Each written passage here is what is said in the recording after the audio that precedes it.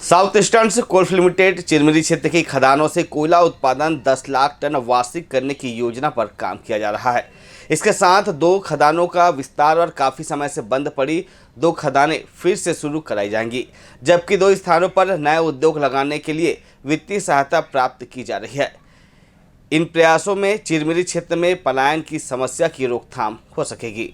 सरगुजा संभाग के कोयलांचल चिरमिरी के नागरिकों के लिए यह खबर काफी राहत देने वाली है। पिछले कई दशक से इस क्षेत्र में कोयला उत्पादन का काम साउथ ईस्टर्न कोलफील्ड्स लिमिटेड के द्वारा किया जा रहा है। समय के साथ यहां कोयला उत्पादन की मात्रा में बढ़ोतरी की जा रही है।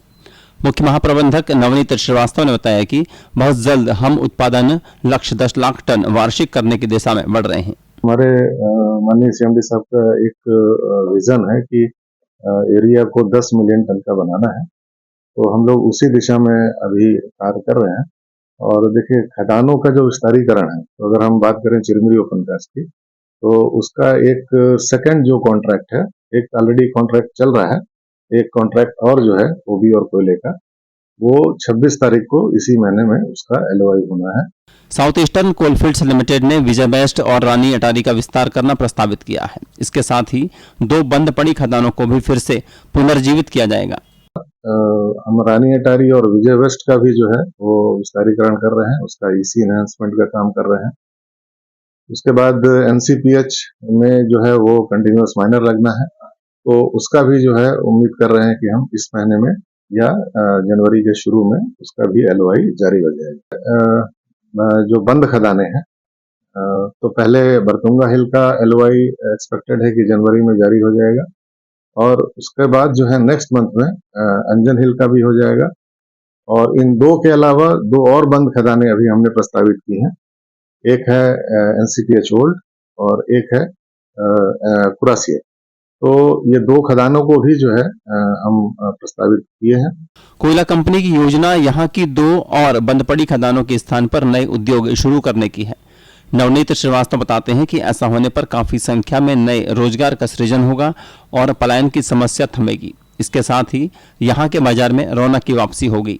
इससे जो है रोजगार का सृजन होगा, क्योंकि जब बंद खदानें शुरू होंगी, जब वर्ल्ड बैंक का पैसा यहाँ लगेगा, उद्योग शुरू होगा, तो यहाँ पे जो है रोजगार का सृजन होगा। जो लोगों का पलायन है वो रुकेगा। जो यहाँ पर जो यहाँ के मार्केट की जो लोग कह रहे थे कि यहाँ की रौनक कम हो रही, तो वो रौनक फिर वापस आ जाएगी।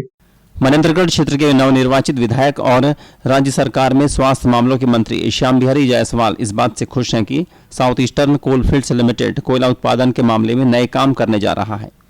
इस तरह के प्रयासों से कुल मिलाकर हमारे क्षेत्र को और रहवासियों को लाभ प्राप्त होंगे। हमारे मनेंद्रगढ़ विधानसभा के लिए खुशियों की जो बौछार है वो तो आना पहले से चालू हो रहा था, लेकिन सौगात आने वाला है। 2 बंद पड़े माइंस, उसका ग्लोबल टेंडर जल्द ही 1 हफ्ते के अंदर चालू हो जाएगा, अंजन हिल से बरतुंगा। उसके साथ 2 और माइंस, साजा पहाड़ और लक्ष्मण झरिया क्षेत्र, जिसमें कोयले का आधारित उद्योग या नए माइंस खोलने की बातचीत उसमें तय हुआ है। कोल इंडिया उसके लिए 1000 करोड़ विश्व बैंक से मांग किया है। जल्द ही उस पर काम चालू होगा। औद्योगिक पार्क फरसगढ़ ही चालू होगा। बड़े स्पीड के साथ क्षेत्र का विकास चालू होगा। साउथ ईस्टर्न कोलफील्ड्स लिमिटेड की खदानें छत्तीसगढ़ और मध्य प्रदेश राज्य के कई जिलों में संचालित हो रही हैं और इनके माध्यम से इन राज्यों के अलावा देश की बहुत बड़ी कोयला आवश्यकता को पूरा किया जा रहा है। कोयला खदानों के विस्तार से जहां भूगर्भ में मौजूद खनिज का दोहन होगा, वहीं इसके जरिए लोगों को नए अवसर का लाभ भी दिया जाना सुनिश्चित होगा। MCV से मनोज श्रीवास्तव की रिपोर्ट।